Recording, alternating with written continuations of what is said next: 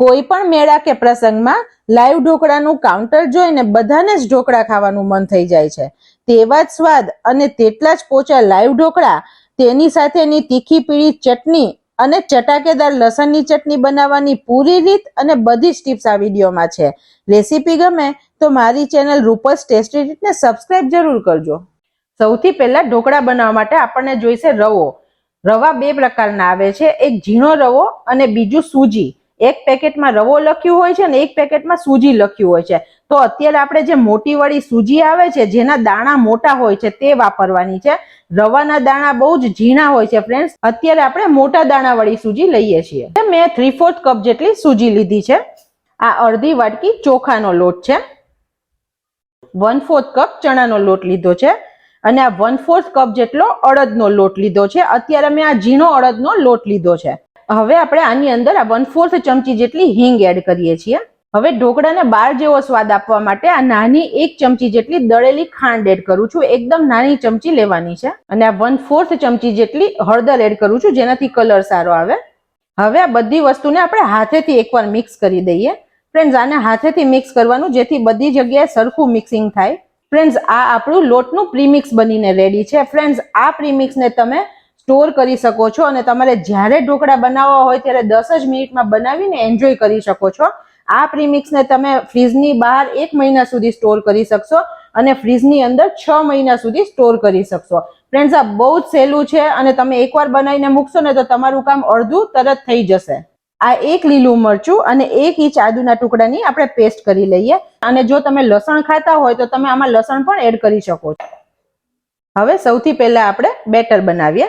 તેની માટે મેં અત્યારે 1 કપ એટલે કે 250 ml જેટલું પાણી લીધું છે. હવે ફ્રેન્ડ્સ, તમને એક સિક્રેટ વસ્તુ કહું કે તમારા ઢોકળાનો સ્વાદ એકદમ બહાર જેવો આવે તેની માટે આપણે અત્યારે આની અંદર એક વસ્તુ એડ કરીએ છીએ, જે છે આ લીંબુનો રસ.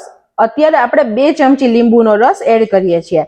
હવે આપણે જે આદુ અને મરચાની પેસ્ટ બનાવી તે એડ કરીએ છીએ. આ 1 નાની ચમચી જેટલું મીઠું એડ કરું છું. મીઠું તમે તમારા સ્વાદ પ્રમાણે પાછળથી પણ વધારી શકો છો. હવે આપણે આ 1/4 કપ જેટલું દહીં એડ કરીએ છીએ, જે અત્યારે મોળું છે. ખાટું દહીં મેં નથી લીધું, કારણ કે આપણે લીંબુ પણ લીધું છે. હવે આ બધું એકવાર આપણે મિક્સ કરી દઈએ.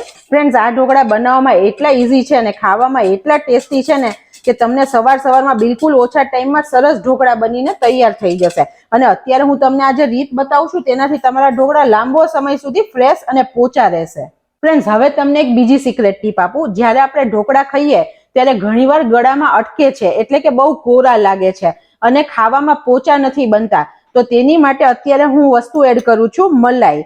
આ ઘરની ફ્રેન્ડ્સ મલાઈ છે, આ નાખવાથી તમારા ઢોકળા એકદમ પોચા રૂ જેવા બનશે. હવે આ બધું આપણે એકવાર મિક્સ કરી દઈએ. છે ને ફ્રેન્ડ્સ, એકદમ નવી રીત અને નવી વસ્તુ. હવે આપણે આ જે પ્રીમિક્સ બનાવ્યું તે આમાં એડ કરીએ છીએ. અત્યારે આપણે નાખતા જઈ અને બેટરની કન્સિસ્ટન્સી સેટ કરીશું. ફ્રેન્ડ્સ, જ્યારે આપણે દાળ ચોખા પલાળીને બનાવીએ છીએ ઢોકળા, ત્યારે 10 થી 12 કલાક જેટલો ટાઈમ જોઈએ છે. અને જો આપણે દાળ પલાળતા ભૂલી જઈએ ને તો આપણે જ્યારે બનાવવો હોય ત્યારે બનાવી પણ નથી શકતા. તો આ એકદમ શોર્ટકટ રીત છે અને ટેસ્ટ એટલો બધો સરસ આવે છે કે તમને જ્યારે મન થાય ને ત્યારે તમે ઢોકળા બનાવી શકશો.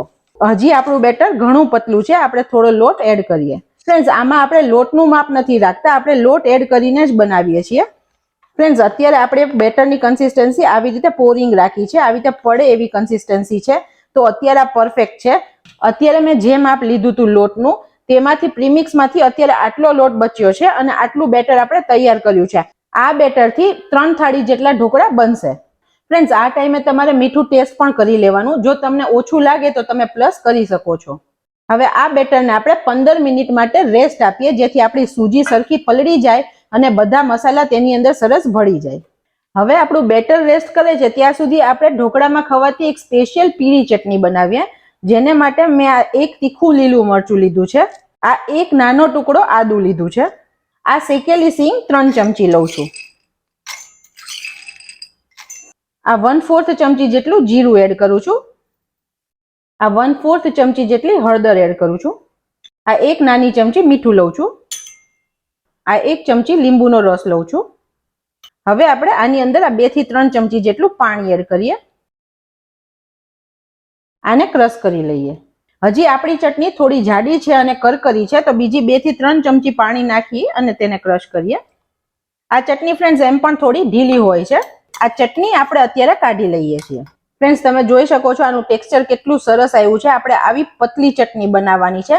ઢોકળા સાથે ક્યારેય ઘાટી ચટણી ના હોય ફ્રેન્ડ્સ, નહીં તો બહુ કોરું લાગે. ફ્રેન્ડ્સ, હવે ઢોકળામાં ખવાતી સ્પેશિયલ લસણની ચટણી બનાવી લઈએ. જેની માટે મેં અત્યારે 6 થી 7 કળી જેટલું લસણ લીધું છે. તેમાં 1/4 ચમચી જેટલું મીઠું એડ કરું છું. ફ્રેન્ડ્સ, લસણને મીઠું નાખીને વાટશો ને તો એકદમ સરસ જલ્દી વટાઈ જશે. હવે આપણે આને ટોચી લઈએ. હવે લસણ ટોચી લીધા પછી આપણે તેની અંદર આ 1 ચમચી તીખું લાલ મરચું એડ કરીએ છીએ. ફ્રેન્ડ્સ, આ ચટણી એકદમ સ્પાઇસી હોય છે, તેથી હું બંને મરચા એડ કરું છું. તમે તમારી રીતે કોઈ પણ એક મરચું લઈ શકો છો. અને આ 2 ચમચી કાશ્મીરી લાલ મરચું નાખું છું, જેનાથી કલર સારો આવે. અને તીખાશ આપણે તીખું મરચું નાખ્યું તેનાથી આવશે. અને આ ચટણી હંમેશા આપણે આવી રીતે ટોચીને ફ્રેશ બનાવવાની, આપણે મિક્સરમાં બનાવીને નહીં રાખવાની. મિક્સરની ચટણીનો સ્વાદ ને આ ચટણીના સ્વાદમાં ફરક છે. આ અડધી ચમચી જેટલું ધાણા જીરું પાવડર એડ કરું છું. હવે આ બધું આપણે ટોચી લઈએ. ફ્રેન્ડ્સ, પહેલેથી તમે મરચું નાખીને ટોચશો ને તો લસણ તમારું બહુ આખું આખું રહેશે, પ્રોપર નહીં વટાય. એટલા માટે લસણને વાટી અને પછી મરચું એડ કર્યું છે. હવે આ ચટણીને આપણે બાઉલમાં કાઢી લઈએ. હવે આ ચટણીને સારી શાઇન દેવા માટે અને ટેસ્ટ દેવા માટે આ સિંગ તેલ એડ કરું છું, જે અડધી ચમચી જેટલું એડ કર્યું છે. અને 3 થી 4 ચમચી જેટલું આપણે પાણી એડ કરીએ છીએ. આ ચટણી પણ ફ્રેન્ડ્સ ઢોકળામાં ખાવા માટે પતલી જ હોય છે. અને ફ્રેન્ડ્સ, બહાર જે લગ્ન પ્રસંગમાં આપણે લાઈવ ઢોકળા ખાઈએ છીએ, બહાર સ્ટ્રીટ ફૂડ તરીકે લાઈવ ઢોકળા મળે છે, તે બધામાં આવી રીતે લસણની ચટણી એકદમ ઢીલી જ બનાવીને આપે છે. હજી ચટણી થોડી જાડી છે તો હું થોડું પાણી એડ કરું છું. કન્સિસ્ટન્સી તમે તમારી રીતે સેટ કરી શકો છો. ફ્રેન્ડ્સ, અત્યારે આપણી ચટણીની આ કન્સિસ્ટન્સી પ્રોપર છે. આપણે બીજી સાઈડ સ્ટીમરને પણ ગરમ થવા મૂકી દીધું છે. હવે આપણે જે પ્લેટમાં ઢોકળા મૂકવાના છે તેને ગ્રીસ કરી લઈએ. થોડું તેલ લઈ અને તેલ આપણે ડીશમાં લગાવી દઈએ છીએ. અડધી ચમચી જેટલું તેલ લીધું છે, જેથી આપણા ઢોકળા છે તે બિલકુલ સ્ટીક ના થાય. હવે આપણા બેટરે રેસ્ટ કરી લીધો છે. આપણે તેને ખોલી લઈએ. આપણે બેટરને રેસ્ટ આપ્યો, તેથી આપણો રવો એકદમ સરસ રીતે પલળી ગયો છે. હજી મને બેટર થોડું થીક લાગે છે, તો હું 2 ચમચી જેટલું પાણી એડ કરું છું. કારણ કે રવો છે તે પાણી શોષે, ચણાનો લોટ પણ પાણી શોષે.